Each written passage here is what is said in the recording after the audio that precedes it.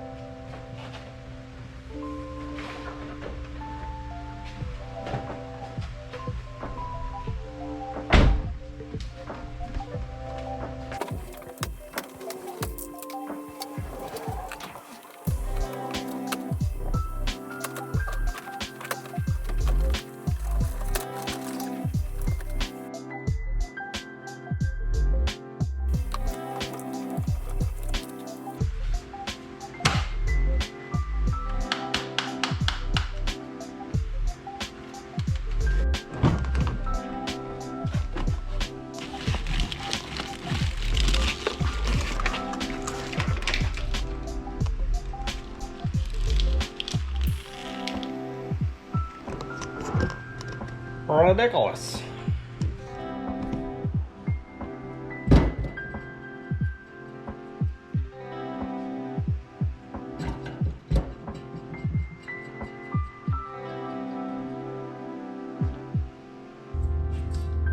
Quality of the shifter is kind of laughable. I don't know if you guys can hear this.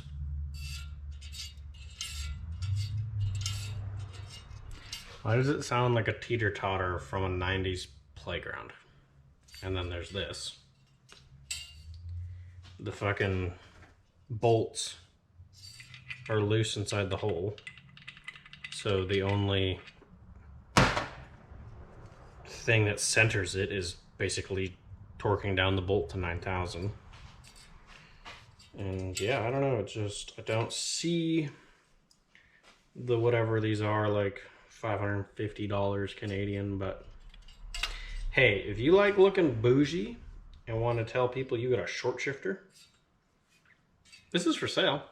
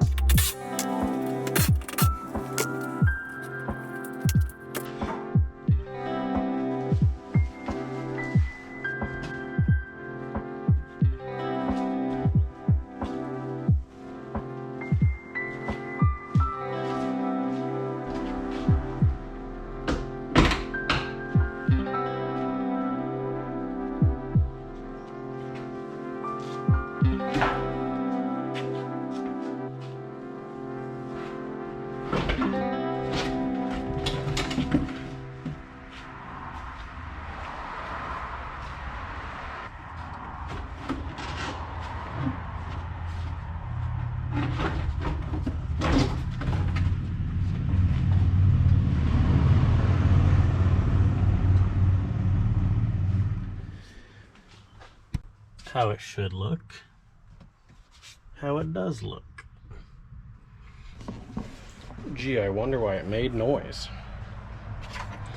Oofda.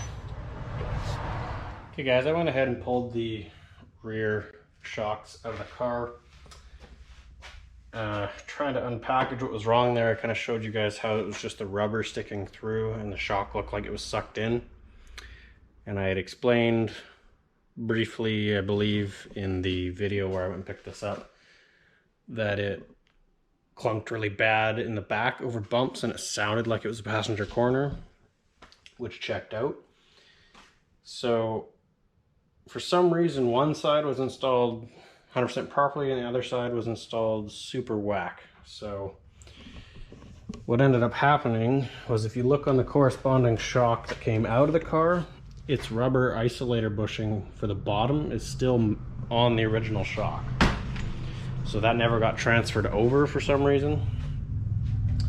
And then the washer and collar stacking was done incorrectly. So you see this washer inside the boot here. I don't know if you can, but it's in there.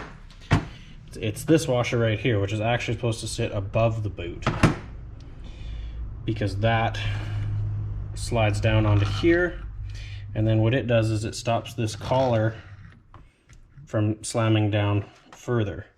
So what happened is this washer was put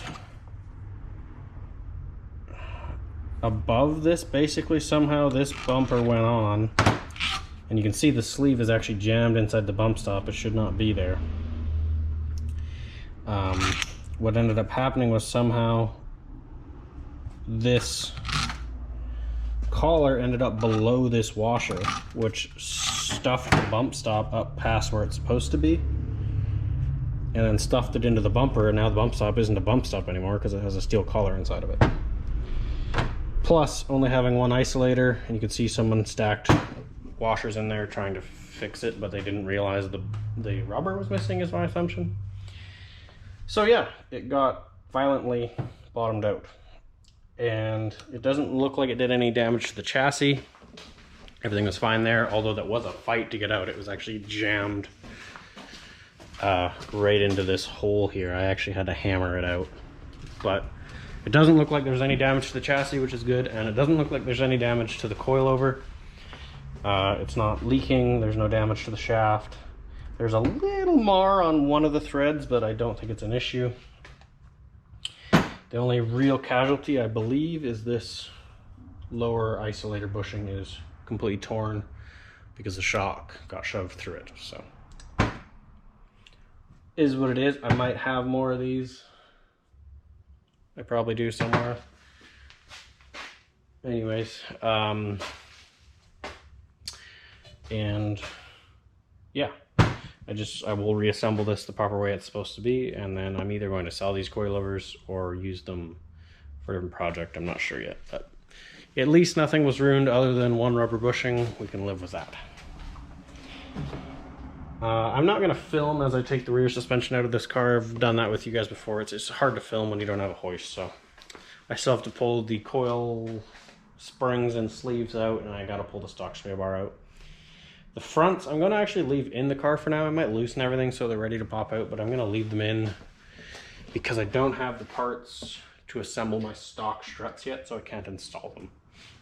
I've got bellows on order, and I gotta switch over the bump stops and all that stuff. So anyways, I'm gonna leave the front suspension in for meow, is my point. But I'm gonna fix these coilovers up, and then I'm gonna get back to taking things apart. We're getting pretty close to taking everything off. I still have to do intake and exhaust. And yeah, that's getting us closer for sure. So back to work.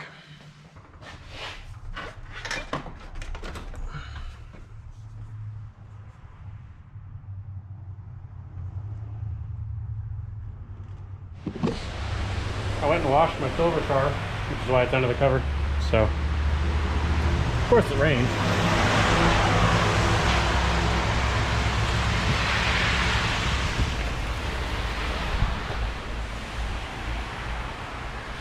I ripped the intake off, as you can see.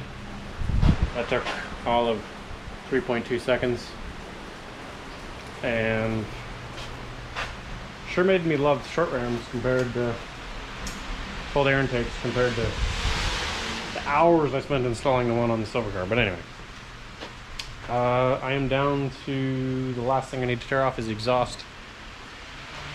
Like I said earlier, the coilovers are staying on for now, but they'll come off once I get parts. So I'm gonna rip the exhaust off camera, and then we might be to a point where we can start fixing, assembling, and putting this thing back together. Okay, the exhaust is off. The mid pipe was a little gapped, so I just threw that in the backyard. But here's that nice Burke high flow cat down pipe. It's a pretty nice piece. And here's the muffler delete. I don't mind having a muffler delete for my purposes of H Street because it's lighter, but it's kind of an ugly. They did instead of putting a bigger pipe over the existing factory pipe, they put one inside. And then inside here, and it just is super restrictive. If you look down the pipe, you can see it's kind of mushroomed down, and it's not a great job. So I may have another muffler delete built. We'll see. For now, I took it off. I think that gets us to the point where everything's off the car. So I might start working on fixing some stuff. I'm going to look into fixing this gas door popper, which this end of it seems to function properly. It feels like there's an issue in the cable, because when you push on this, there's an absolute shit ton of resistance, and even when you pull the trunk, there's a lot of resistance. So I have a feeling the cable's pinched or kinked or that's messed up. I don't know. I'm gonna pull all this interior trim out and get in there and see if I can find something. Things have escalated. I've got the entire cable system that does the trunk and the gas door popper out. Now, it's one thing to say that. It's another thing entirely to do it. I've got the entire gas area stripped out. Cap, the inner boot, the lower protection cover. Had to take this trim panel off. The back seat had to come out. The interior panel had to come out. Obviously, we already had the trunk out, and then we had to take the cable that snaked up into the trunk and the latch off. And yeah, it was a process, a learning process. From what I can tell, the issue is in the junction, because one cable pushes and pulls, and this little junction's kind of broken. So I think that's the problem. Which leads me to the next thing. It's raining out. There's a good cable system in this car. But this car is full of crap. The trunk, the same story. But that works, so I guess I get to play in the rain out here and remove this from this car. You see this junction is not broken. So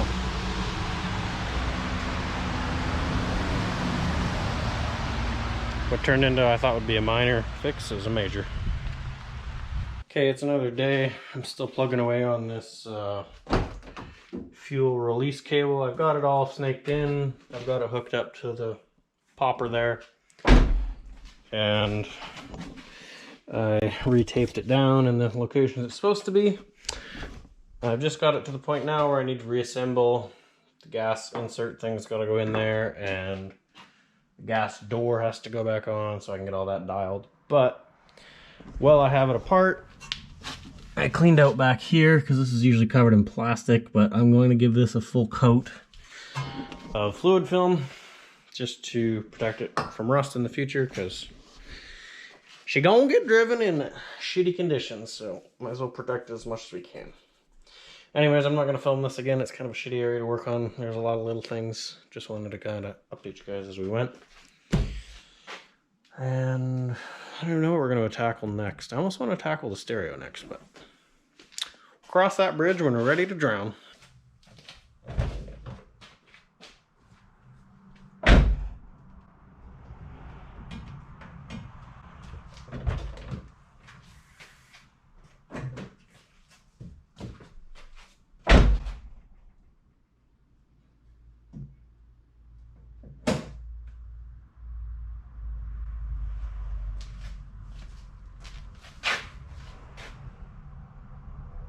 I don't know if that was worth all the hours of work. No, it was. There's no way I could have lived with it not working. Every time I'd get out of the car after driving around an aggressive corner, the gas door would be open. Now, we're not trying to be an FK Type R. Nobody wants to be an FK Type R. Alright, it's the next day again. I've got the car back together for the most part. The seat and interior trim are back in. And I think I already showed you, but she pops. So I also replaced this door seal with the one out of my parts car out there, because this is the one that came out of the car. It was severely torn here along the bottom. So I had one, so I threw that in there. The trunk linings is still out because I have to do the rear suspension, which I'm waiting for a couple parts for. So I think I'm going to turn my attention to more interior stuff. I was originally going to source an OEM radio for this, but the closest one I've found to me is 120 bucks. I don't really want to pay 120 bucks for a stock radio, so I'm trying to keep this car on a somewhat tight budget, just trying to use as much of what I have so I can save money for a different project I have in mind. So I think I'm going to try and reuse this Apple CarPlay unit. There's nothing really wrong with it. My biggest gripe was the wiring. It was not wired correctly to use the factory amp, because I think it used to have a different amp and sub in it. I'd like to use the stock stuff with just the head unit. So I gotta rewire the harness and try and make that work. And my other gripe with it was that because of the fitment of this Chinese dash kit is so poor, my climate control buttons stick on, they don't pop back out. So I don't know what the dealio is there, but I found this. I didn't even know I had this. It was out in my parts car. And it's a SOSH unit, which I think is probably a little higher quality. So I'm gonna check the fitment on that SOSH one. If it's better, we'll switch to this, even though the colors look different. And yeah, we'll try and rewire that harness, plug it in, and see if I can get it to all function. If I can make the factory amp and sub work, great, we're gonna run that. If not, I guess I'll spend the money and get a stock head unit. But I've got all the RCAs here from the old amp system, so we're going to chop those up and use those as our speaker inputs. And then I've still got the adapter harness here, but for some reason they didn't run the switch power, and I think this is like constant power and ground. They didn't run any of that through the main harness. They grounded it themselves to the dash chassis, and then they ran the yellow and red, they ran down to the fuse box. So it was like, it wasn't accessory power, but it was ignition power, so you wouldn't be able to listen to your stereo on accessory, which is stupid. So I'm going to redo that as well. And then I got to run the mic and the Android Auto cord, which is a lot of tedious work, and I don't think I can really film inside the car, but I'm going to update you guys as much as I can while we go, and we'll see what the finished product looks like. The other thing I've sourced out of my parts car that we got to change is this little plastic doodabber here. And I'm going to try, I don't know that it'll work. I don't even know how well you guys can see it, but there's weird white marks here on the poly that I want to try and polish out. I don't have a clean one, sadly. So I'm going to pull that off and just try and hit it with the DA polisher. See if we can't make it look a little better. Otherwise, though, the interior's closer. We've still got to do the stock shifter install. I have a nice set of floor mats coming for it, because I feel like a broken record. I'm going to be driving this thing in all types of different conditions. I got a set of all-weather fitted mats coming for it, just some cheap Rock Auto ones. If you guys watched my FG1 build series, which you probably didn't, I used a set of 3D mats in that car from Rock Auto, and they were decent, so I decided to buy those again for this. They're cheap. And yeah, I mean, that's gonna pretty much finish off our interior once we're to that point. So I'm gonna get to work on playing with that harness and that dash kit and see if we can't make something nice happen here. Okay, I just did a dry fit here with nothing installed, and it does actually seem to fit better. This line is a little more consistent, and same with up here. It's not as good as OEM, of course, but this isn't bad. This is an improvement. So the color actually, even though it's much different than the one over there on the bench, this is actually, I think, a closer match to OEM, even though it's also not perfect, but it's closer. So I think this is the move. I literally have no idea where I got this thing, but sometimes the junk pile comes in clutch. So I'm going to continue with switching all the good parts over to this dash kit, and we'll see if the climate control works better when it's in here.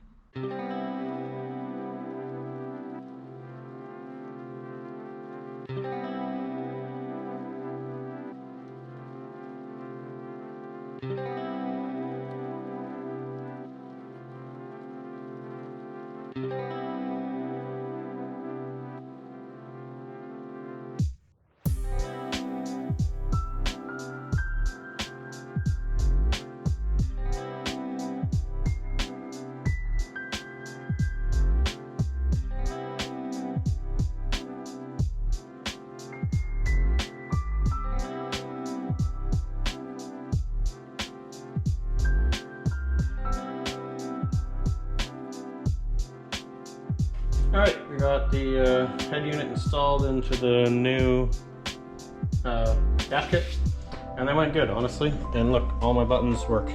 No sticky.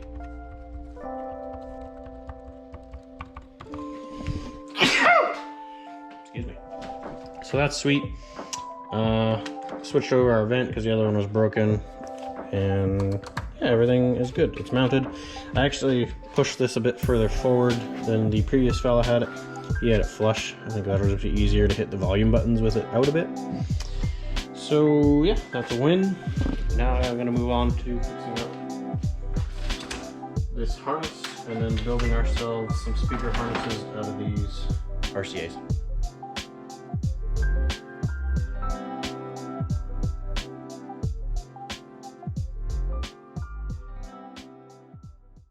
Alright, after a long while of soldering and cleaning up, got the harness built. Added these RCAs into the speaker harness. Added the proper switched and constant power to that. And then I just capped off the old speakers with some heat shrink and soldered in our power antenna. So now I just need to put it in the car, and I need to solder this into the amp on to the factory harness. So I'm gonna do that real quick, and then we're actually gonna be able to test this and see if our factory amp works with our Android Auto. And if it does, that would be a major win.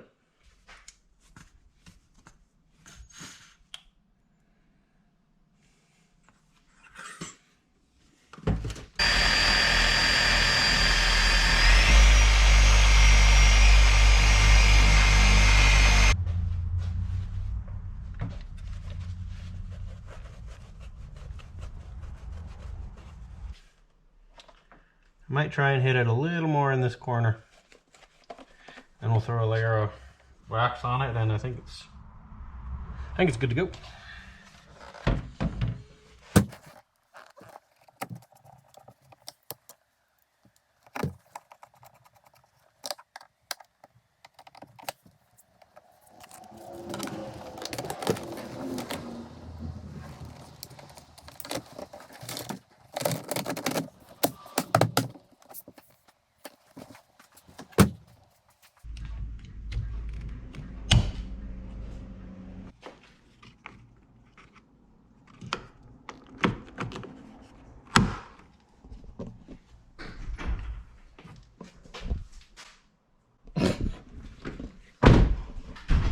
Alright, my fellow 8th gen enthusiasts, it's been a few days since I've picked up the camera and worked on this thing.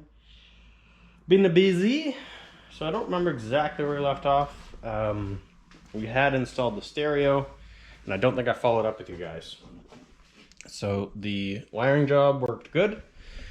I've got the factory sub working. Wiring those RCAs in, I got all the channels right, so if I put my audio to my right rear speaker on the deck, it actually plays my right rear speaker. And I tested out the Android Auto, all that functions. Everything's all good. So I think I am gonna run with that. I'm fairly pleased for no money spent. And you know, it doesn't look bad. The new dash kit definitely fits nicer, so. Also, I remembered where that dash kit came from. I think I said I had no clue where I got it. And I had a memory pop up on my phone of the video I did doing a pull with the 3-cylinder Civic, the one with the shattered windshield. And that car actually had a doubled in it when I got it, and I switched it to stock. So I think I gave the doubled in to a friend, and I must have kept the dash kit. So right now I'm working on the Android Auto setup. I am super picky about tidiness, like mechanical cleanliness and tidiness with anything on a vehicle. The paint could be falling off, it could be rusty, it could be covered in mud, but if there's like a zip tie out of place, it drives my OCD insane. So to run Android Auto on this head unit, you have to have it plugged in. And I hate having cords strewn all about in the interior, so I was kind of trying to come up with a method where I can always plug it in easily and have my cord be tidy. So I think this is what I've come up with. There's this little knockout here in the center console shift bezel. I don't actually know what it's for. If you know, let me know. have a feeling it's maybe something to do with the automatic cars, make a lockout. Anyway. So what I did was I drilled a small hole in that to accept the cord for my phone. And I'm going to route this under there so that I can easily pull it up, plug it into my phone, and when I'm not using it, it's hard to display on the bench, but when I'm not using it, it'll slide back down into the hole like this, and I don't really have to look at it. All I'll look at is that little connector. So I picked up a set of magnetic phone mounts with a small base on them. That's the same one I believe I had in my 9th gen. And the plan is to mount it right here, so that little cord can just go doop, plug in, and when I'm not using it, boop, back out. That's the theory anyways. As you also might see, I have installed the stock shifter again. That's back to OEM. And I've got a collection of shift knobs here. I was test fitting and feeling the difference to see what I wanted to run, and I don't know if I want to go for looks or if I want to go for feel. I did say this car was going to be all about feel, so if I'm being honest, this ugly homemade one I did feels the best, but it's hideous. The next best feeling one is probably the 9th gen one, because I like it. It's a little lighter. The 11th gen one is the best looking in my opinion. I really like this knob, but it's quite hefty, and I don't love the feel of a hefty knob. So anyways, we got choices there, but I want to get the center console back in and get the boot built today as well. I've got to attach the boot to this little thing, attach it to that little thing, and then it doesn't have a collar, so we got to add a collar and get all this back together. But before I put the console back in, I will also have to throw in the cat so that I can plug in the O2 sensor. Anyways, that's a lot of information to throw at you. Right now, I'm going to concentrate on getting this phone mount in, getting the boot built, getting that set up, dialed, and then off camera I'll probably throw in that cat. You guys don't need to see that. And then we'll put the console in together and see how it all works together. The challenge will be making that cord swoop up and down without getting tangled in the shift area. So we'll see what we can do.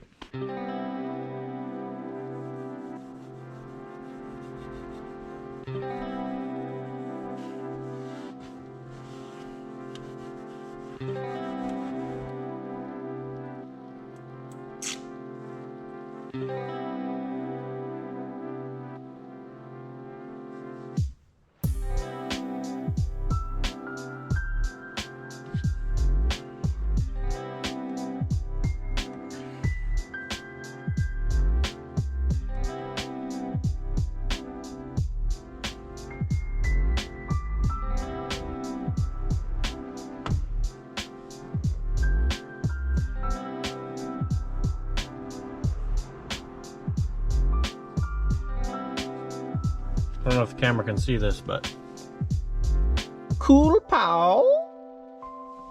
I think that's a success though. Mounted up pretty good. So now we're gonna get the old center console in here. Alright, real quick, I know I said I wasn't gonna bring you guys underneath and do the exhaust, and I'm still not gonna, but I just want to show you what I'm using here. So this is the stock cat downpipe that came out of silver out there, which is highly overexposed, because that car got the skunk tube header, so I'm reusing that cat and downpipe. But obviously the O2 sensor went in the header, so this is the O2 sensor that belongs to the red car that came out of the Burke test pipe. And then this is also the mid pipe out of the silver car, because it has the Q300 on it. And then I am going to run, I don't know what I'm going to run for muffler yet. So I do have that muffler delete, but I think I explained earlier I don't really like it. It's kind of ghetto. So I might put a stock muffler back on it for now and get someone to build me a nicer muffler delete, but that's up in the air. I just wanted to show you guys what we're using here for parts and show that it is in fact a stock cat. I don't want nobody questioning me when I take it to autocross being like, oh, that thing had a high flow race cat in it. Did you take it out? Yes, it's over there. Anyway, on with the show.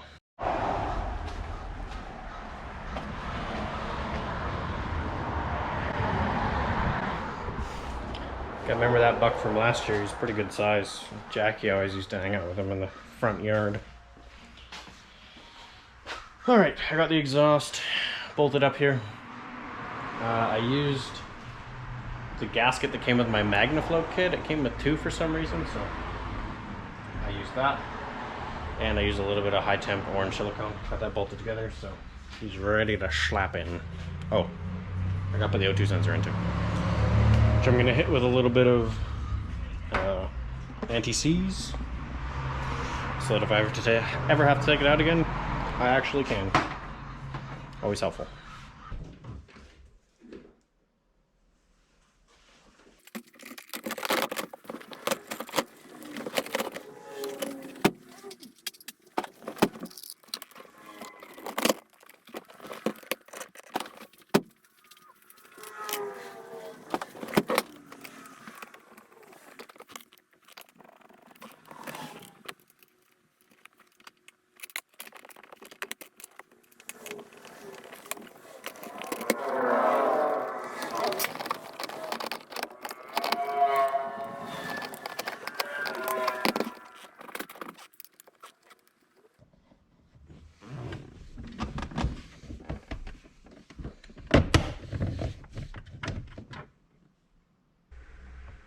Alrighty guys, it's all back together here now, and I sat here, I bet you, for 10 minutes putting on one shift knob, feeling it, taking it off, putting on a different one, feeling it, trying it, and going back to the other one, feeling it, trying it.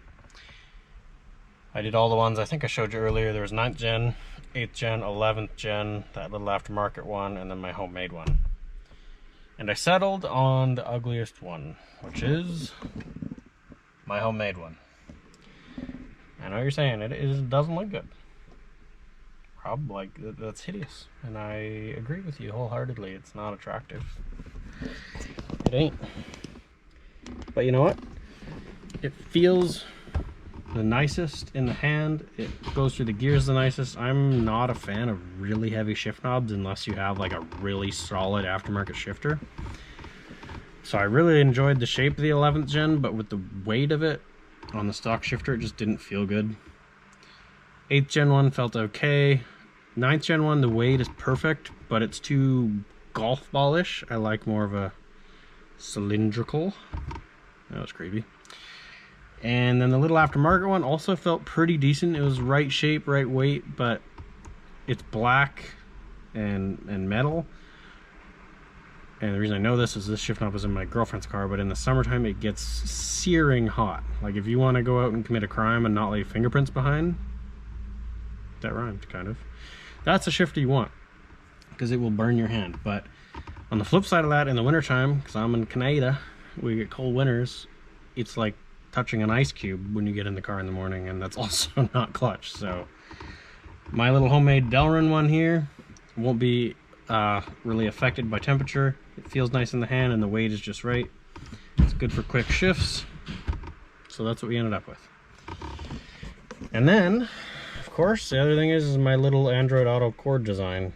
So I kind of screwed around with it there and I got it to work pretty good. So it just sits there like that. When you want to plug it in, pull it up, plug it into the phone, boop. Then it'll be plugged into Android Auto, with our phone there. And then when I don't want it to be hooked up, instead of having it strewn about, I just tuck it back in there like that, and boom, it's out of the way. I would say that's a win. I'm pretty happy with that. I just need to throw on this back cover. This is for the center console. It goes on the very back here. Mine was missing it. Didn't get it with the car, so this is out of my parts car. And then I got to install this little cover, which is the bottom stereo cover that goes up under the shifter here. So I'm going to throw those 2 covers on, and then we're done in the interior for now. I am waiting on a couple of parts. So we will come back in here, but for now we've basically got a functioning interior, which is a win. And obviously I did throw the exhaust on there after I showed you guys putting it together. There's no muffler on it yet, but the mid pipe and cat is in. So the next thing I suppose will be suspension, maybe. My buddy Shane actually came by, which is probably why you're noticing a wardrobe change. Angela, Shane, and I went down to the local car show today and checked that out, and Shane came by to pick up the coilovers that were in this car, so he bought them off me. And if you guys don't know, he's the guy that has that kind of pimp white FA5 I drove in the Junkyard Toge video. So he's downgrading his coilovers because he's putting his car back to more of an OEM plus type of a vibe because he doesn't race it as much anymore. So he bought the tines off of me. So those are now gonzo. And I did get a Rock Auto shipment. So I think we should have parts to assemble these struts, hopefully. And I will also have end links so we can put the sway bar in. So yeah, I'm pretty sure I have everything to complete the suspension now, so let's jump into that. Okay, I went ahead and unboxed all the new Rock Auto stuff I got and organized our suspension bits. So for the rear shocks, we're using these. These are 180,000 Ks. They're out of my 06 Silver SI. And these are the bump stops, boots, and fixings from the original shocks that came out of this car. We're using the original front shocks that came out of the red car, but I bought new bellows or boots, whatever you want to call them. We got some brand new Honda front bump stops. We're using a set of used Honda top hats and isolators. So that's that. And then sway bar. This is the stock bar out of the red. And this is a Progress 22 mil. I think I have that as an extra because I bought the 24 mil for Shingo. So there's that going in.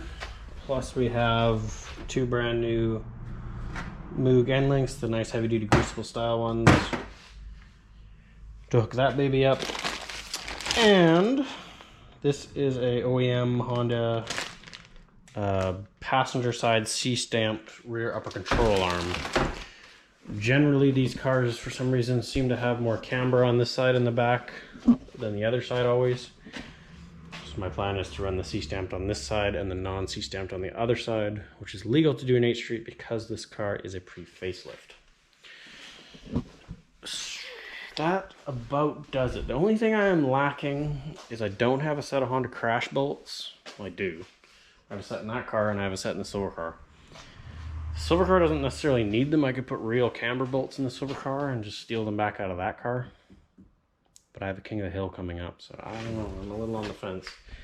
I could buy another set for this car, but I wouldn't get them until next week anyway. And they're really fucking expensive. They're like 120 bucks for 4 bolts, which is just bonkers. So what I might do is rob the ones out of the silver car and get real camber bolts, I think. We're not touching Shingo because Shingo's perfect. And that about wraps up the suspension. So I am going to put this together off camera. It'll be ready for you guys right now. It's the next day. But struts are done. New bump stops, new bellows. Reused the old top hats from one of my other project cars, and voila. Over here we got the rears all assembled. Stock bump stops as well. I decided not to mess with them. Here we got our 22 mil Progress bar. Moog end links are attached up, fully greased. And there's our C-stamped arm ready to go on. Oh, and our braces for the sway bar. So, it's time to put all that on the car. The one thing I'm lacking is my crash bolts. And you'll notice Shinryu is back at the shop. So I gotta jack this thing up, steal the crash bolts out of it, and then I can put the suspension in this car.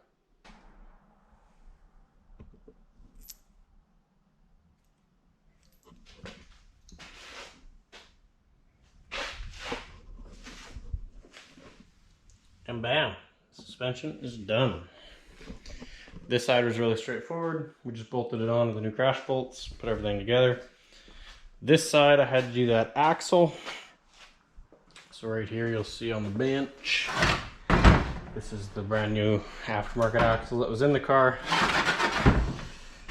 Those are really low quality. I don't like running them. They also are not balanced like a factory drive shaft, so in the case of this car and other cars I've had with aftermarket drive shafts, is at low speeds, maybe 20-30 kilometers an hour up to 50 kilometers an hour. When you're accelerating, you'll feel a shudder in the car under acceleration, and it's because these axles are unbalanced. So we ditched that in favor of a used OEM one I had. As you guys know, I've parted out a few of these cars, so I have lots of axles. So we got a nice OEM one in there. And the other thing we did, if you can see it, is put a new cotter pin on the tie rod. At some point it looks like someone had taken the tie rod off the car and they didn't bother to take the old cotter pin out. They just spun the knot off, so it was stuck inside there. So I drilled that out and replaced the cotter pin. So that's good.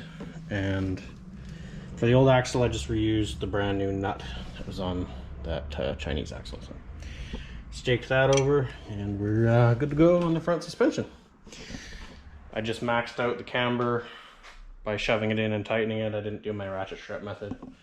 Same thing up here. Shoved these in with a pry bar as far as I could before I tightened them. And fill those with some fluid films so they don't rust.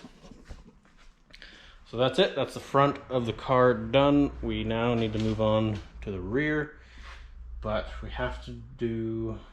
Before we can put in the shocks anyway, we have to work on that repair for the rear shock mount. So I found this old bracket I'm probably going to try and make use of. I'm going to plan this out a little better and then I'll kind of discuss it with you guys and we'll go from there. Okay, since I've been filming this process of this car over so many days, I kind of forget if I even told you guys about the damage to the shock mount here in the back, so I'm going to show you that now. When the last fella put in the coilovers, they had to cut the shocks out of here, which is super common. These bolts seize inside the collar. You can't get them out. I've had to cut them out myself. But what I try to do is I try to cut into the actual shock body itself, because you know you're already ruining the shock anyways. Unfortunately, the fella that did this one cut into here significantly. So you can see this is very thinned compared to this side. I can actually kind of bend this by hand. There isn't a lot of strength there anymore. And being that I'm going to drive this car aggressively, I want to make sure that that's strong. And I don't have a welder, so I'm just trying to kind of make do with what I have. So I came up with this plan here. This is an old sway bar brace bracket I cut to shape. And you can see it's got two holes in it. So one hole is going to be for the shock mount, obviously. And then the second hole, these brackets actually have, get you a better view, these brackets actually have a second hole down here. So I've set this up so it's going to go like this. I'm going to bolt it through that small hole, and it'll bolt a nut through that small hole and pinch this little guy on there, giving us rigidity again. And then we'll put the shock right through that piece with a bolt and a nut. The other thing I don't remember if I showed you guys or not was the coilovers didn't have OEM hardware there on the bottom. They just had some like part store bolts with no washers, and they weren't exactly the right size. So I've got some OEM bolts here. Now they also cut the nuts off. These cars usually have like a welded on nut, so you could just thread a bolt in, but those are gone, so I sourced my own nuts. These aren't the exact OEM bolt. The proper one is actually a 14mm head, but I calipered out this size and the shank size is proper. The length is right. It's just the head is a 17mm now instead of a 14mm. And these are a high quality OEM bolt. So this here is the little bolt I've kind of modified to hold on that plate. Because the shock sits in that saddle, there isn't a lot of room, so I had to modify the end of it so the shock can sit in there with its space. And on the outside, we're going to put a big flange nut to hold it in there nice and tight. So that is that. I'm going to throw that in really quick and You know what, I mean, I'll probably throw in all the suspension right now. I gotta do the bar and the shocks and blah, blah, blah. None of it I'm really gonna film. It's not fun to see. It's not fun to film. So let me bang out this rear suspension and I'll catch up with you guys. All right, rear suspension is all done. Added in the C-stamped arm. Sway bar's all mounted up. Shocks and springs are in. I had to fix up this nut because the guy that did the coilovers had busted it off and put it on backwards, so we put that the right way. I had to chase the threads with a homemade thread chaser, so that's all fixed. On the other side, got our bracket down there installed and beefed up. It looks all yellow and gross because I've covered it in fluid film to protect it, but that worked out nice. It's nice and strong. And yeah, same story on this side. Everything's installed. I've left the upper camber arm bolt and the lower shock bolt loose until we get weight on the car. I also need to loosen the lower inner control arm bolt. Get lots of weight on the car, and then I can tighten all that back up. But for now, I'm going to move along to exhaust. I think I decided on the muffler delete. I wasn't going to run the muffler delete because it's kind of hokey pokey, but I figure even though this pipe is slightly restrictive, it's probably still less restrictive than a muffler, which will be going through perforated tubing and packing. So I decided I'll run it for now. If the sound annoys me, we'll go back to stock, but it does net me about 6 pounds in savings over the stock muffler, so that's not nothing. So we're gonna give it a shot. I just cleaned up kind of the surface rust that's on it here though, because it was a little manky. I'm gonna give it a shot of whatever I got, some high gloss durable finish rust paint, probably not approved for high heat. Perfect. Gonna throw a coat of that on there. And then we'll get that installed. No, I don't even know where we're at. We'll see, I guess. Got the muffler painted. Muffler delete. Actually ended up just hitting it with some wrinkled black, like valve cover stuff. It's black, it's rated for heat, and I had some on the shelf, so. There she is. Looking a little bit better, and also, more importantly, protect it from rusting sooner, hopefully. If I do end up liking the sound of this or being able to live with the sound of this, I'll probably have a nicer one built. I have a pretty rusty muffler in my basement that's not really worth keeping as a muffler, but I could use the flange and the overarm part of it and cut the rest off and have someone build me something nicer that goes to big tubing and maybe has a nicer tip. I mean, nothing really wrong with this tip, but a tip that's more appropriate to the size of the bumper. So we'll see.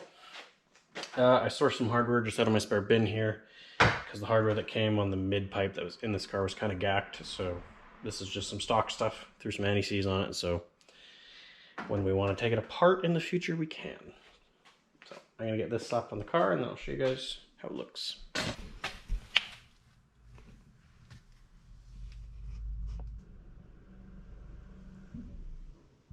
Hello everyone, it's another day. Back in the shop, working on Stanley. I think today I'm gonna attempt doing the motor service work I want to do. With the exception of oil change or fluid changes. I have a set of magnetic drain plugs coming for the engine and the transmission. They're not in yet, so there's no use changing oil. But what I do have is a set of spark plugs, a new drive belt, a valve cover gasket, and cap doohickeys. And we got our stock air box with a K&N air filter. So, stock air box is obvious. The car had the K&N on it before. We're going back to stock. Spark plugs and valve cover gasket. I don't believe this car has ever had spark plugs or a valve adjustment, which is supposed to be 150,000 kilometers. The car's got 210 on it now. The reason I don't think it ever has had that was this metal strut brace piece, cowl mount that goes in there, has a foam seal on it, and the seal was still stuck to the chassis, like it had never ever been taken off before. And you can't do spark plugs or valve adjustment without that coming off, so I assume it just has never been done. Spark plugs, I went with E3s for no real reason other than they were cheap. For all four, I think I paid $9 Canadian. And also kind of paying homage to Reba, the old red FG2, if you guys remember it. It also had E3 spark plugs, so whatever that means. Belt, mostly just doing, this one looks OG, so I just kind of want to do it as preventative. It's not hard to do in the comfort of your own shop. It's not fun to do on the side of the road. And then valve cover gasket, obviously, because we're taking the valve cover off to adjust the valves. I still threw a new gasket at it. Although this motor doesn't have any leaks, which is kind of cool. We have a few other things we need to tidy up too. When they put the intake on it, it got a crossover coolant delete doohickey to the throttle body, so we got to replace those lines. It's basically just this loop here that we need to change. I'm getting a phone call. Where's my phone? There it is. Scam call. Fucking annoying. And now I've lost my train of thought. Oh yeah. This crossover tube we need to delete and then go back to the stock hoses that go over to the throttle body here. And this housing is unbolted and unclipped, I think probably to make room for the intake, so we got to reset that stuff back to where it's supposed to go. A few things like that, clips and wires that just need adjusted back to their OEM state. I also am waiting on, I have a block heater coming for this car, which will probably be the easiest to do now. The cowl's all off of it. And I'm gonna have to drain the coolant for that. Plus, if I'm doing this little crossover pipe thing, I'm gonna have to do coolant as well. So I should try and do both of those at the same time. I don't have the block heater yet, but, and then we'll do a coolant flush on it, I suppose. Yeah, the reason I'm putting a block heater in, again, Canada gets cold. And my other 8, I've never, that's not true, I have winter driven 1/8 gen, but they seem a little more cold-blooded than their younger brother, the 9th gen. So I think the block heater will definitely just help it start on them gnarly cold days. Yeah, anyways, I think that's enough babble. Let's dig into this. Get to work. I'm not looking forward to it for some reason. I'm feeling lazy today. But gotta get to it, gotta get done.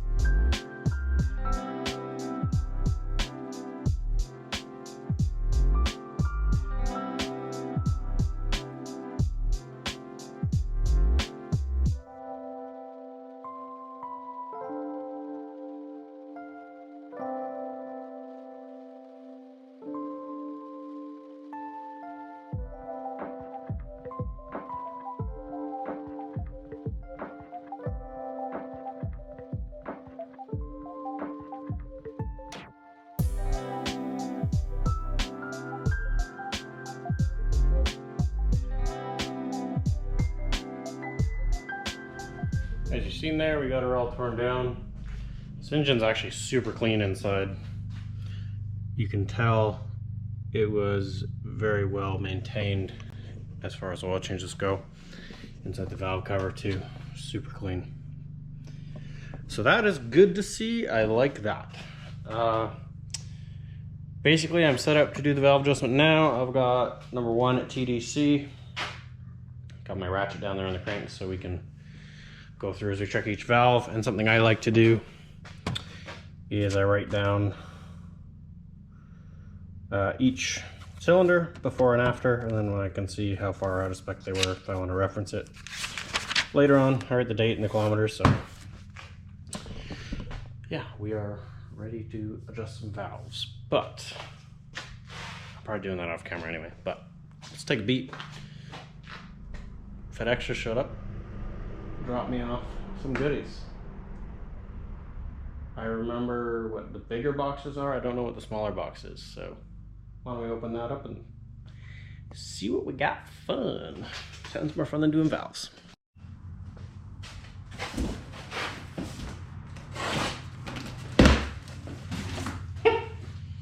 A whole box for a cabin air filter.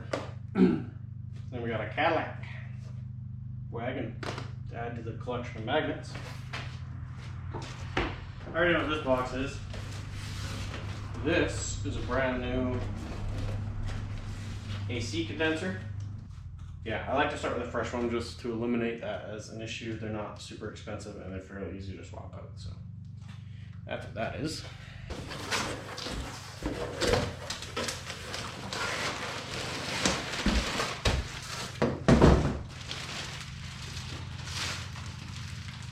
Mats. They're an all-weather type of a dealio, fairly durable and a lot cheaper than WeatherTech, so perfect for this car. I might unbag these and then we'll just throw them in the car and see how it looks. Easiest install of the day. I'm a big fan of OEM mats, but as you can see, these ones have seen their fair share of feet. So that's why I went with the all-weathers anyways. Car needed mats, and these were cheaper than the aforementioned WeatherTech. I did put these in an FG1 project. They didn't fit super amazing, but they also didn't fit super bad, so.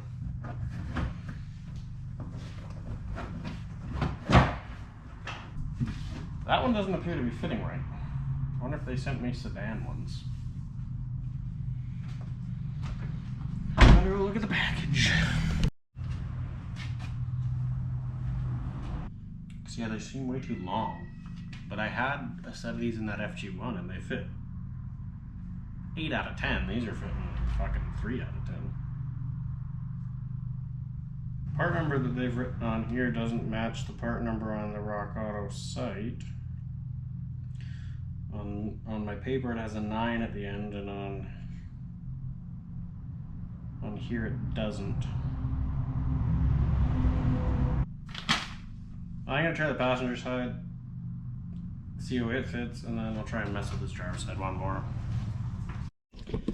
Well, the passenger side fit pretty good. The driver's side, I came back and tried harder. Really had to strain to push it back far enough to get it to clip into the locks, but it's fitting okay.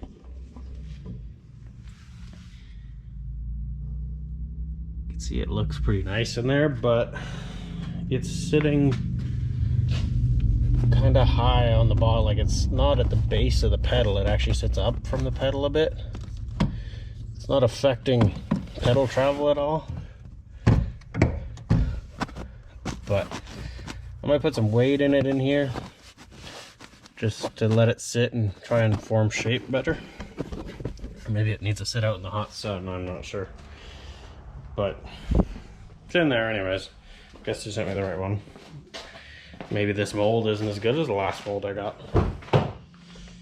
So I bought them last time, I was like, all right, I'd buy these again. But now this, if this was the first time I had bought them, like if this was my first purchase, I'd be like, don't buy these. But passenger one fit pretty good. It doesn't have any locks, so it went in nicer, so. I don't know. Maybe I jinxed myself when I said, oh, easiest install of the day. Floor mat's like, hey, got him. Anyway, like I said, I'm gonna throw some weight in there and try and let it mold in a little better. But your boy's got to do some valve adjusting and he doesn't want to. So I'll see you guys when that's done. Okay, it's been about an hour. Valve adjustment is done. And boy, am I glad I did that. I mean, I think I've said this before. It is common, obviously, for exhaust valves to tighten up with the heat. And generally, when I do adjustments on these cars, they are a little tight. Like, the spec is 0.010 to 0.011. Generally, I find them a little tighter than that, like a 0.08 or 0.11. Or sorry, 0.08 or 0.09. So, you know, a couple thou tighter. Not excruciating. This one was a different story. This is the tightest ones I've ever found. So the tightest one that I could check with my feeler gauge was a 0.005, which is my smallest feeler gauge.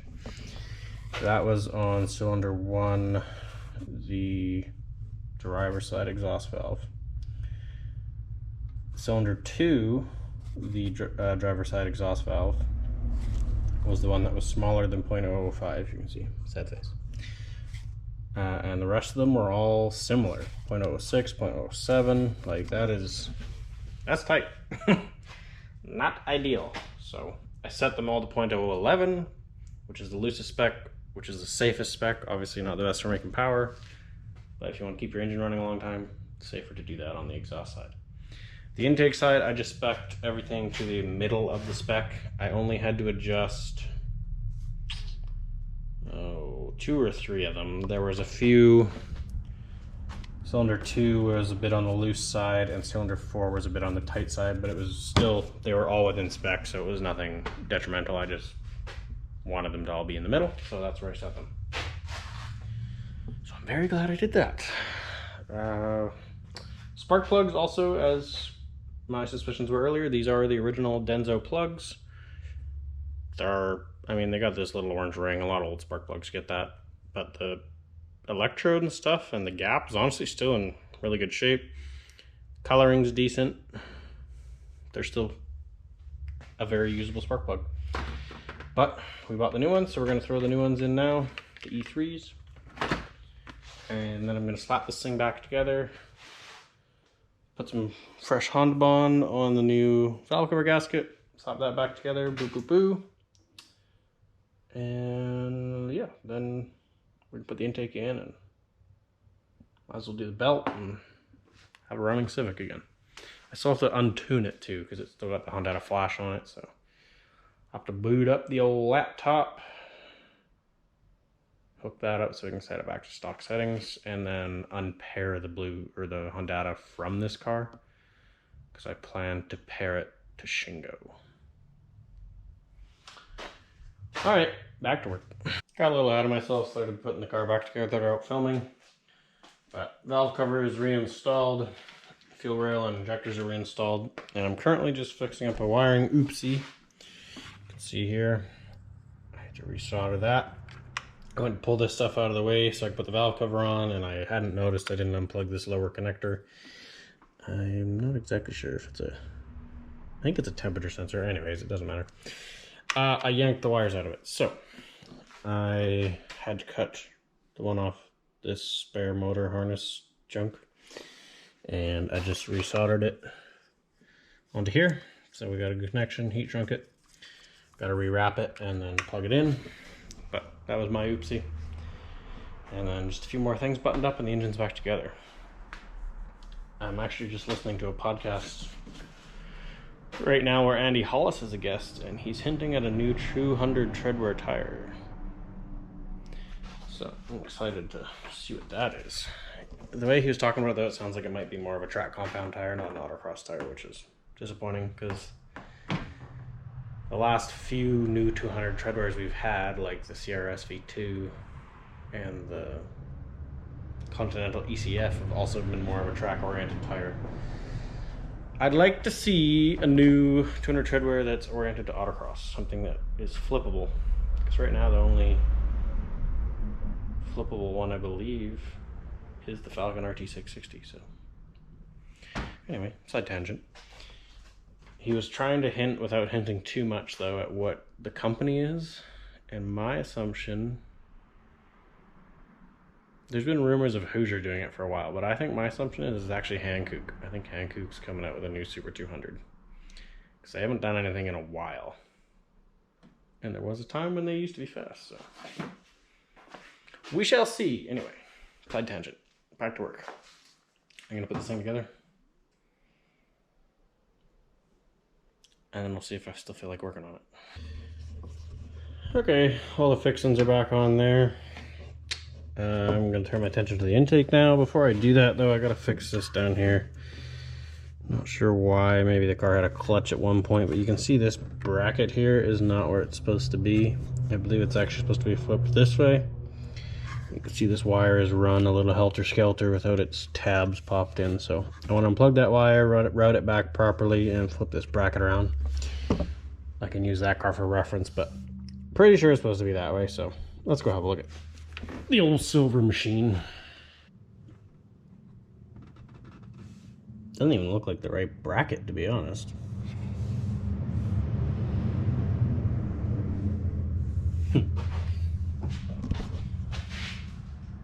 Interesting. I'm gonna pull that one shift lever off and have a better look there. It was the right bracket. It was just flipped the wrong way and backwards. So I've got it in there properly now. I've got this clip plugged in. The only one I didn't was this back one here was cut, so it's not hooked up, but it's mechanically cleaner than it was, and that will help me sleep at night. I just gotta throw the shift cable back on, and then we'll move on to the coolant bypass. Unbypassing the bypass. All right, it's a little later in the evening here. Had some dinner and just did a kind of a quick once over on Angela's 9th gen. She's going on a trip with it for the next few days, so her tires were super bald. So we took those off and I put on a set of old race tires I had that are in much better shape than those. So she's gonna order a new set for her wheels, but for a week or two she's gonna drive on the old race tires. Anyways, back to Stanley. Yeah, put it all back together. Put the intake on, switched over the MAF sensor. Had to do a bunch of fiddling to get the hoses and everything for the coolant throttle body loop unit. I was missing a couple clamps and a few hoses for some reason, so I ended up actually stealing them off of the parts motor. Parts motor always coming in clutch, so that is done. Put a K&N filter in there. I didn't clean it yet. I'll clean it when I do an oil change, tranny oil change. I'll do the filter, I'll do that all at once. So I'm waiting for now, but I'm a little tired, so I'm just gonna get a couple more little things done this evening. I wanna get this belt done, so it's out of my way, and I think, because it should be easy, maybe, I wanna throw this door check in. So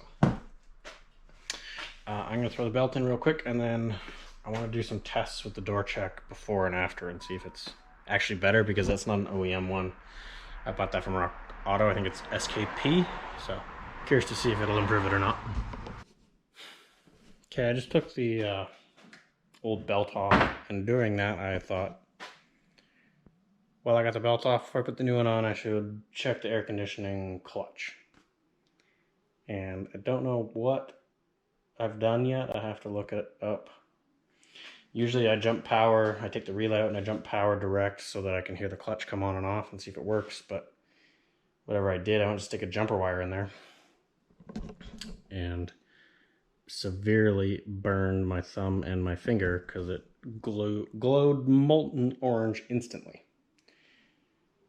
I don't know what I did. I've done that before and I've never had an issue. So anyways, I'm gonna go put my finger and thumb under some cold water because it really fucking hurts. And then continue to figure out this air conditioning issue.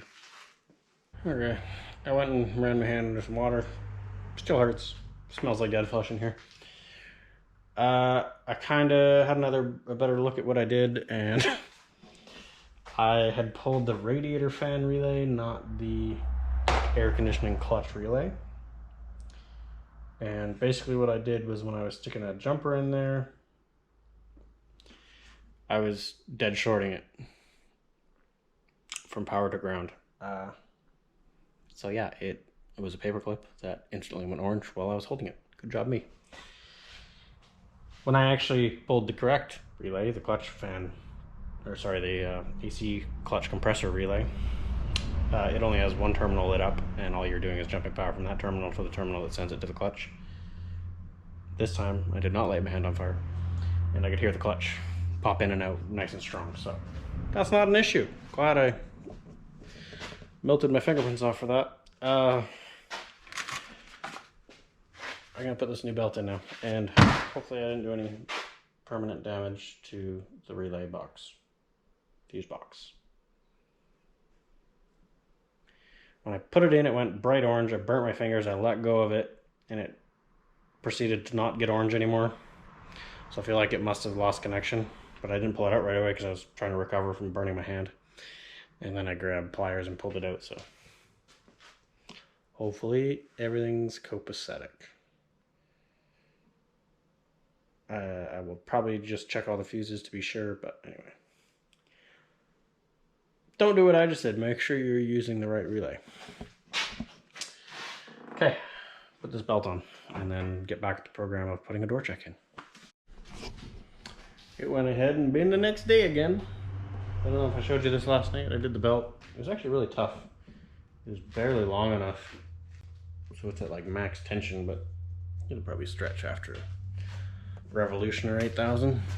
Okay, time to do the door check, finally. So this door isn't the worst 8th gen one I've had. If you have it right open on level surface, it doesn't close. But I think if you bring it back one notch, like right here, yep. Or even if you just brought it out to here.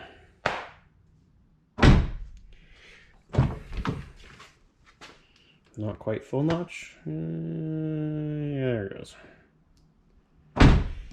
So let's throw in the aftermarket door checker. See if it's more better. Oh, also, I should take the extra gravity off of my floor mat and see if it's sitting in a better position. Let's do that. One brake rotator. Assorted wood.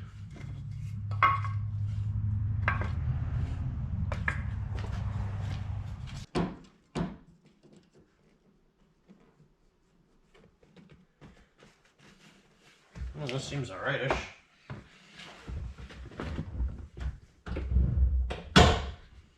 Too close.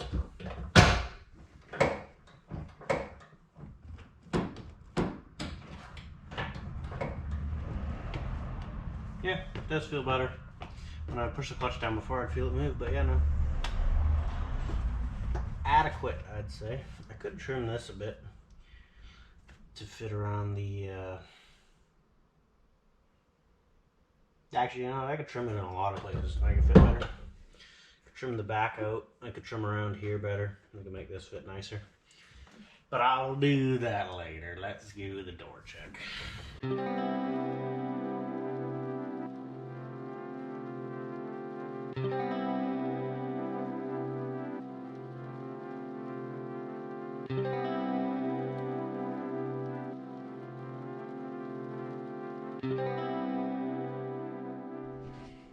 Okay, the door check's out.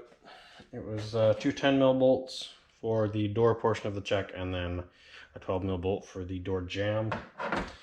You can see with them here side by side. Obviously this one's pulled to max out, this one's mid. But you can see the flange is much larger on the OEM one. And it looks like if I just bend this tab here and this tab here, we can remove that large flange and put it onto the stock check, which I'm assuming is more of a brace for the inside of the door just to keep the door from flexing. So I'm going to try and do that because I think it's worth it.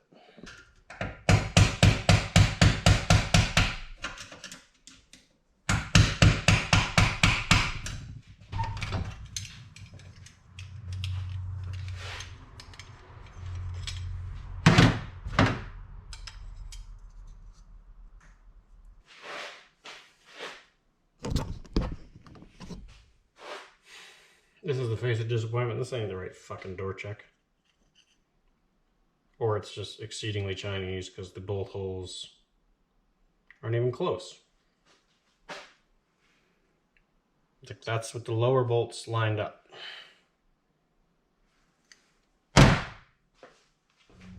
Okay, I've concluded. This is a 4-door door check. They only had one listed on Rockauto, so this will not work. And now I've taken apart all this for nothing. Super! I guess we'll save this one for Shingo. And if I take Shingo apart and it's still not the right one, I'm gonna rage. We'll save that for a later video.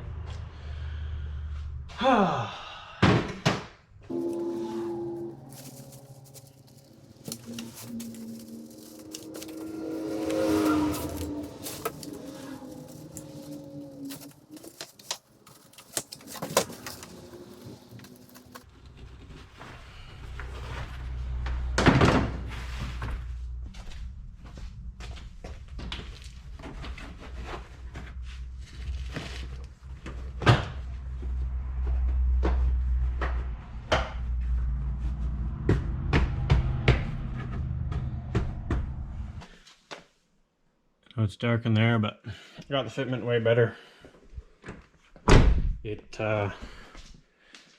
It's really easy to cut. You can see I took that much off the back, and then a bunch kind of near the trunk release I took off, and some near the gas pedal. But I would still recommend these floor mats. They're pretty nice for the price. Like if you're looking for an all-weather type of a dealio and you don't want to spend WeatherTech money, they are not WeatherTech quality, but they're pretty good. And if you don't mind doing a little trimming for fitment, then I say all the power to you. Okay, now that little side quest is done, brake rotors. I can't run these brake rotors in East Street, drilled and slotted. Illegal. So I got a brand new set of rotors here. They are just blanks. They're coated for rust protection because, again, Canada. And I got most of a can of the silver cast aluminum caliper paint. So we're gonna hit these calipers with some silver because rust color is rust color and red is uncool. So we're gonna make it look like that. Let's get to it.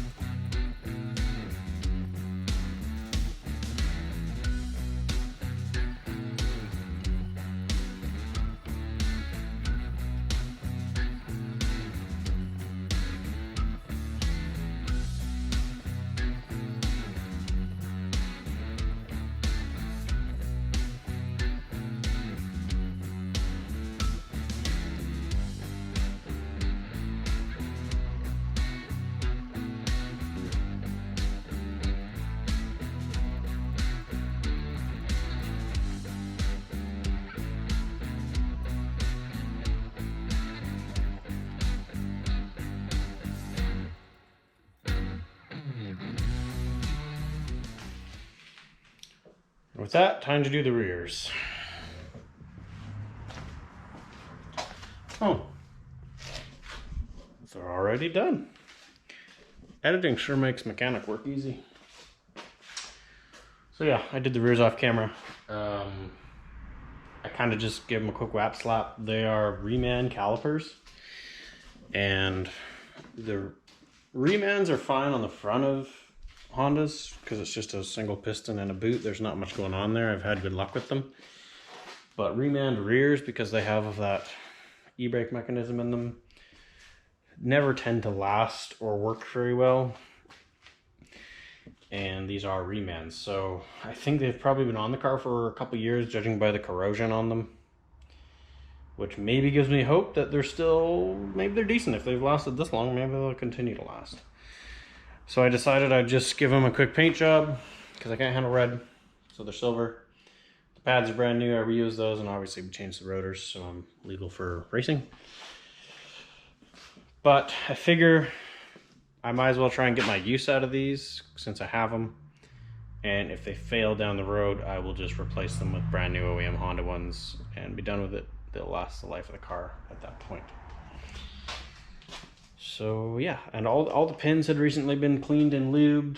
The pads were all just recently changed, so all that was in good shape. Basically all I did was throw a coat of paint on them and the new rotors. So we're good to go on brakes.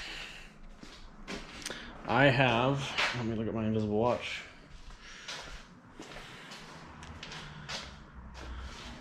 I've got to leave in about an hour and 20 minutes, so I don't have a lot of time left. What do I want to do? I kind of want to get this thing undercoated. And it's going to make the shop stink, so if I'm leaving for the evening, that might be a good idea. I might crawl under this thing with the fluid film black and just go to town. There's probably, I would like to take off the rear diffuser and undercoat under that though. Do I have time to do this today? I don't know, let's see. Anyways, that's what you guys are gonna see next, is undercoating, so let's get to it.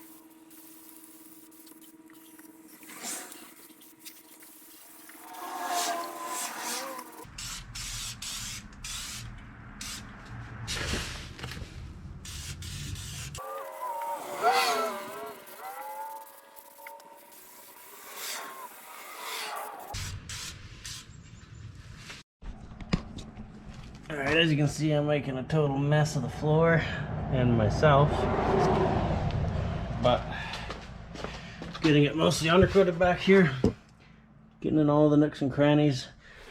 The next thing I want to do is pop these off and these rubber plugs out on the bottom and fill the rockers full of fluid film, because it's really common that these rust out right on the VTEC decal there in the rocker.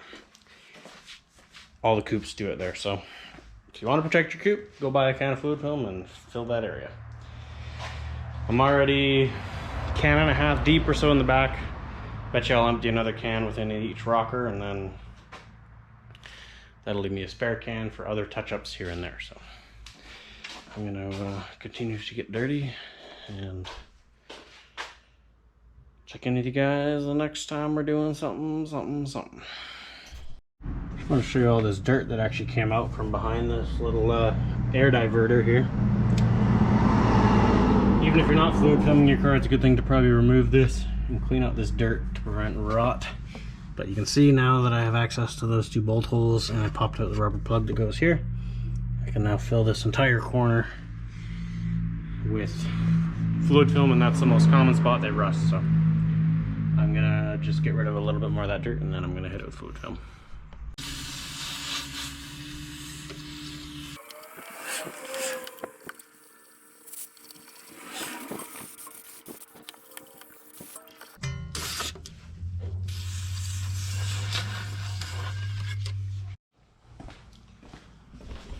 Okay, I'm thoroughly grungied, but got the rockers all done. Did the front knockout, a mid knockout, and a rearward knockout. Plus I sprayed in from the back. So the rockers should be nice and coated. Did that on both sides. I think that's about everything I wanted to undercoat on the car. I still have about a can left, like I said, so if there's any other little things I want to touch up as the car's apart, I'll do that. But I gotta go get showered and head to my mom's birthday dinner. So I'll catch up with you guys the next time I'm working on the car, which will either be this evening or tomorrow at some point. For me a while, for you a second. See you then.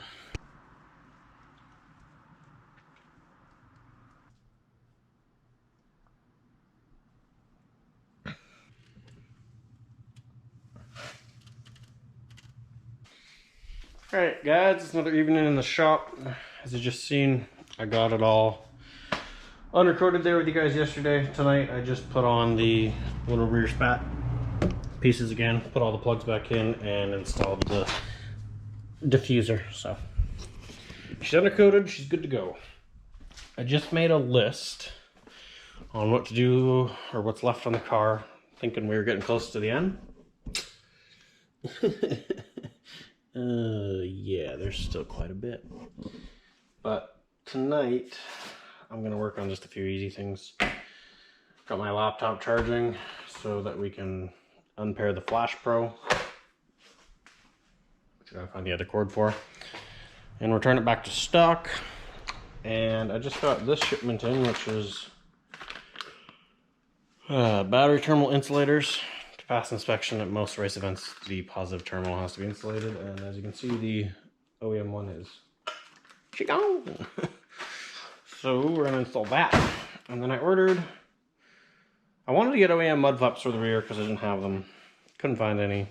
I'm impatient. So I ordered a set of just universals on Amazon, and they are big old boys. Let me tell you what. Like, here's some comparison next to the stock mud flap. So I don't know if I'm gonna trim these down or try and make them fit like that. I mean, the bigger they are, the more protection you get, so that's good, but I don't want to look like a Subaru boy, so we'll see about how we can fit them up. And anyway, just a few things like that I'm going to mess around with this evening, and we'll see where we get to. A couple of these things I'm still missing parts for, so waiting on the mail. And a few of them I need to go to the city and go to Honda and go to the junkyard and blah, blah, blah, blah. So anyways, enough to chat. Let's get to work.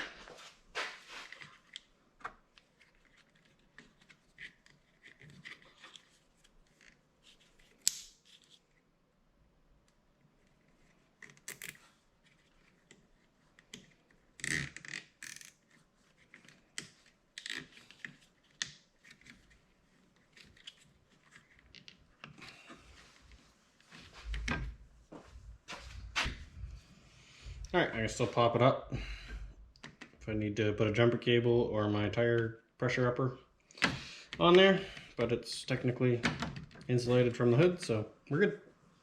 Alright, before I go and throw the mud flaps on, I kind of want to get the car back on the ground and on its wheels, just because I want to see wheel placement as to where I want to set the mud flap up.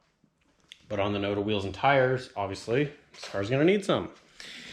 Generally, I have just a set of stock wheels with a normal set of Summers for daily wheels.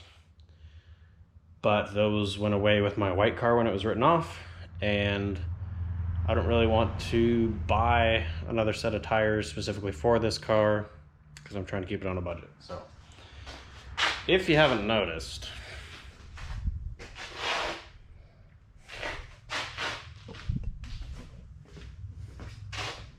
A guy has a lot of tires.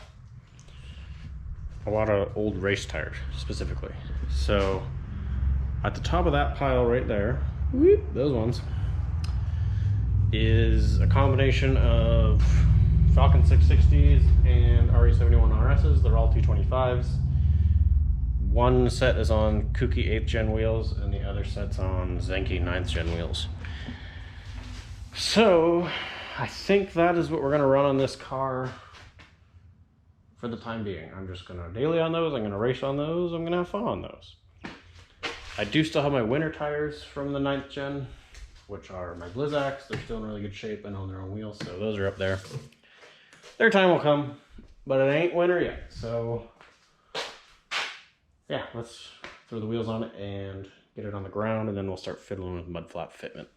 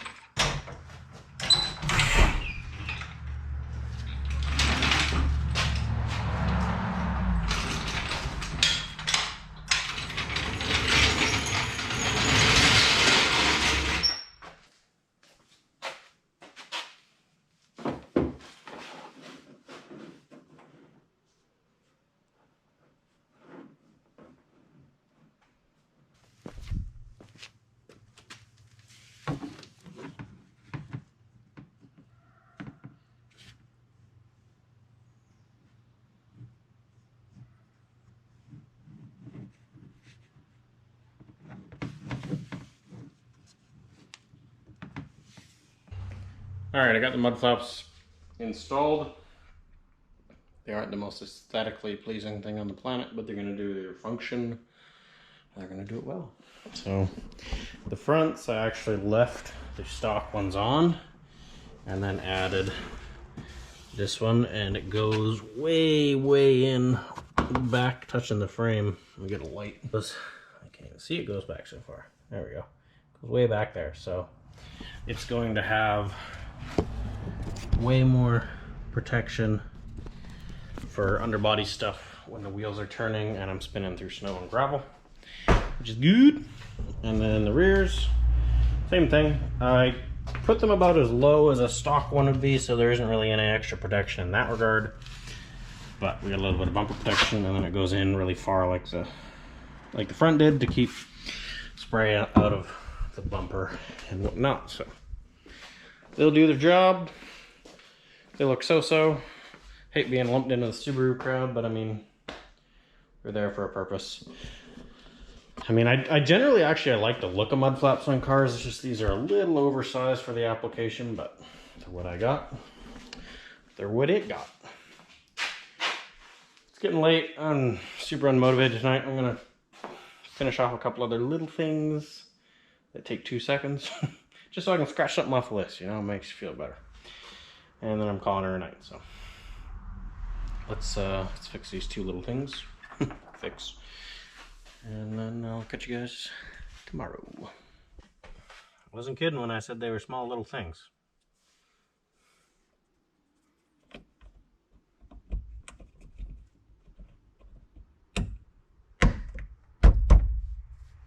Thing one done.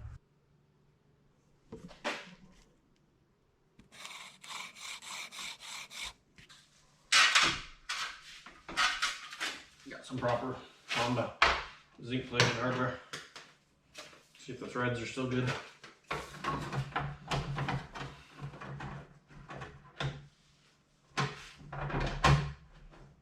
Alright, I know that doesn't seem like a major thing, but I was sick of closing this trunk into here, having this plate go and that won't do that.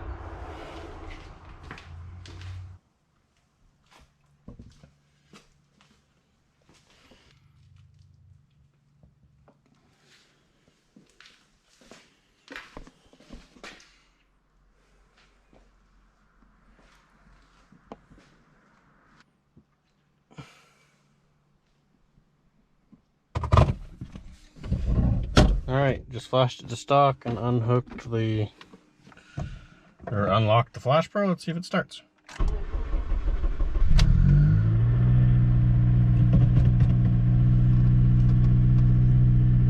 It runs.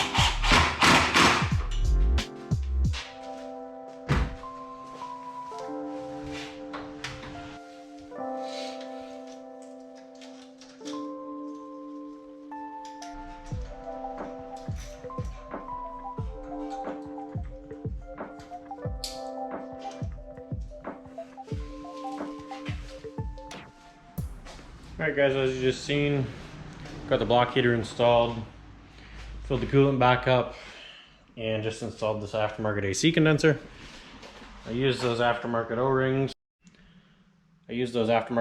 While I did it, and I don't know, they felt a little chintzy, so hopefully they're not an issue, but the shop I take it to get it aligned and done the AC, I guess we'll see if it leaks or not. So that's all done. I just gotta slap the front bumper back on, the cowl, all that can go back on, but I want to go through, and as I do it, I'll fix up some of this stuff. I didn't take clips out of this. This was hanging like that.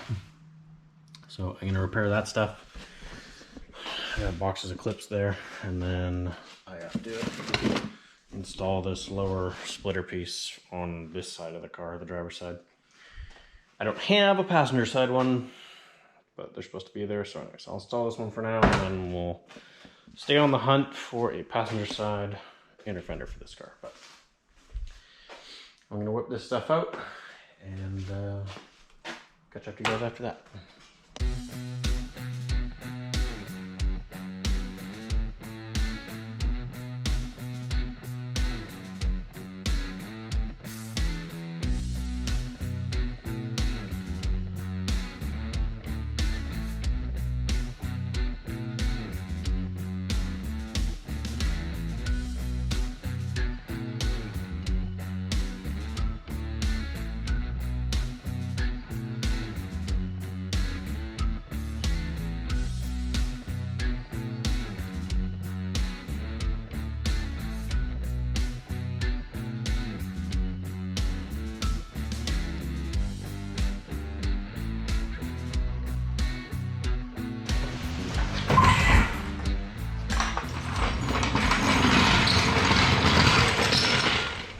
Alright, car's all back together as you've seen. I just quickly off camera threw the new wiper blades in. Got some Trico flexes. And I did the cabin air filter, which, holy crowley, that thing was dirty. It's super heavy, it's packed, so glad I did that. But it is currently the weekend. This week I'm going to get the car aligned and get the AC charged. And then I will catch up with you guys then, and we'll do a proper walk around of the finished product, and maybe we'll even take it for a little rip. So I'll catch up with you guys then.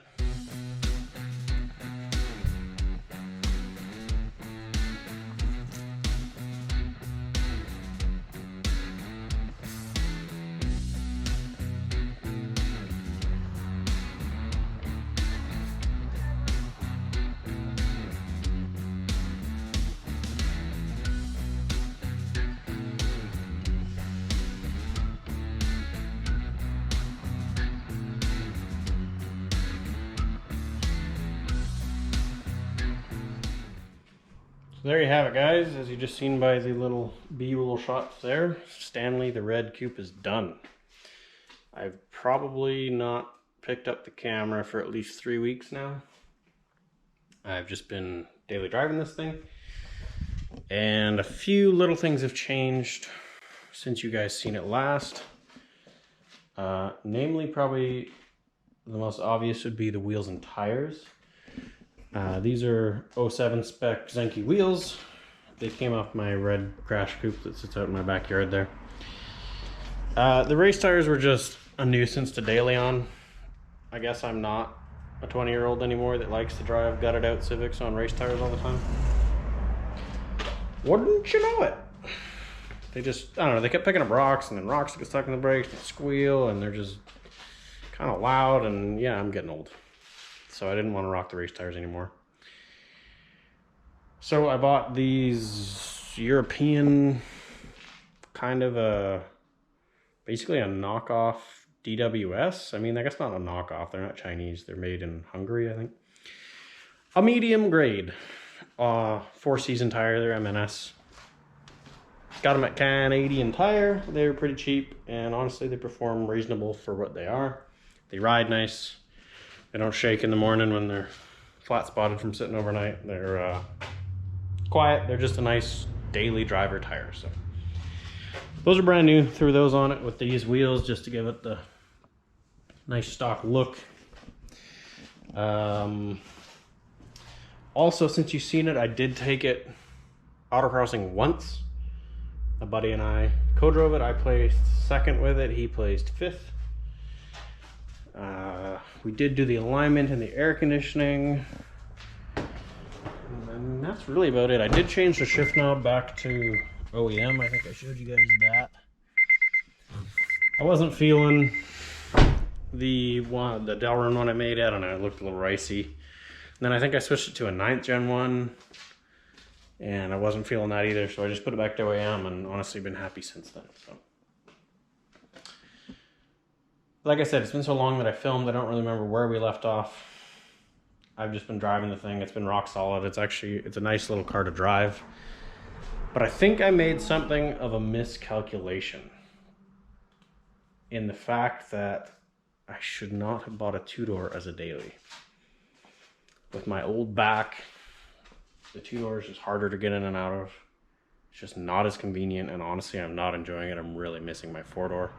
And I'm missing the heated seats of my 9th gen. So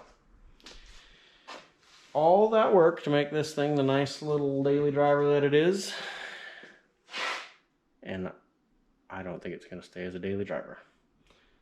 I don't know what this car's exact fate is at the moment, but I'll be honest with you guys, it's for sale right now. So, as well as my silver coupe Shinryu, which is all covered up there, is also listed for sale.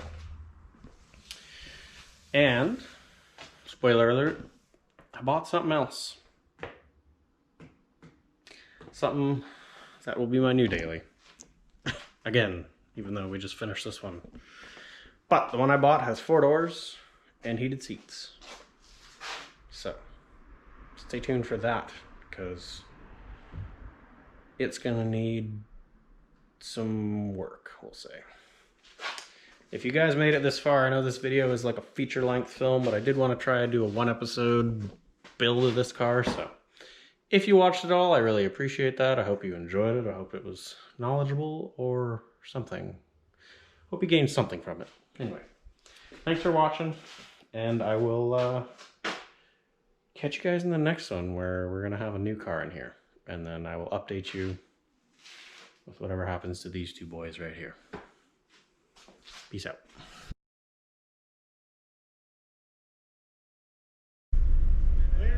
Good run.